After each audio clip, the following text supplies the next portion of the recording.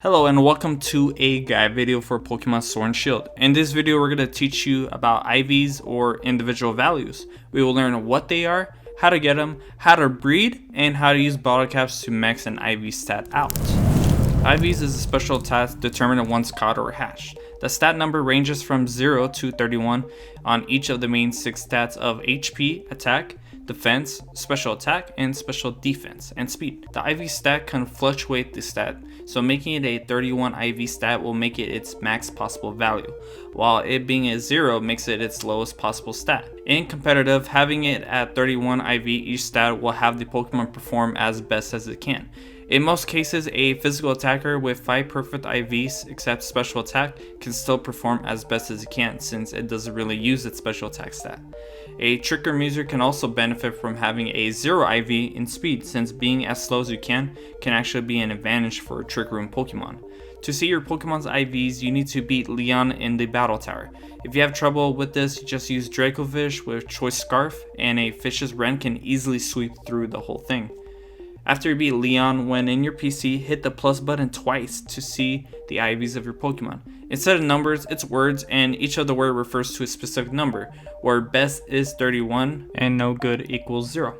To breed IV stats onto Pokemon, first you need to acquire Pokemon with perfect IVs. To get them, you can acquire them from maybe Breedgex from Surprise Trade or from Mail Raid Pokemon. In Pokemon Raid Dens, the higher the stars, the higher the chance for good IV Pokemon. For example, I got this G-Max Anaconda from a raid. If you have some wishing pieces to burn, I recommend coming to this den, which is a Ditto Den. The higher the star, the higher the chance to get a good IV Ditto. I recommend getting at least 3 different IV Dittos, preferably all with 4 perfect IVs. You also need 2 items, a Destiny Knot and a Everstone.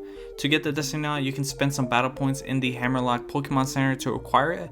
And to easily get an Everstone, you can actually capture some Boldore from the wild area, which has a high chance to have an Everstone. Now, pick your target Pokemon. Ensure it has the correct ability, nature, and egg moves before you can proceed. If you are breeding it with a male Pokemon with perfect IVs, make sure your target Pokemon is a female. If it's a Ditto, the other Pokemon's gender does not really matter unless you have a hidden ability, because females have a higher chance to pass on the hidden ability as opposed to a male. For this example, I'm going to be using 2 4IV Dittos to pass down their IVs, and my target mon is going to be Charmander. The Charmander I want does not need the attack IV, so my target IV is all of them except for the attack IV. Place the Destiny Knot on the Ditto and Everstone on the Charmander. The Everstone passes down the holder's nature to the offspring, and the Destiny Knot basically just gives the holder a higher chance to pass down its stats to the offspring. Place both in the daycare and ride around collecting eggs. Make sure you also have a Pokemon in your party with the ability Flame Body. With this ability, it cuts down the steps needed to hatch an egg, making the process a lot faster. Once you hatch your first batch of eggs, find your best offspring to use in terms of IVs and replace it with the Charmander in daycare. Repeat this process until you get Charmander with the same IVs as the Ditto.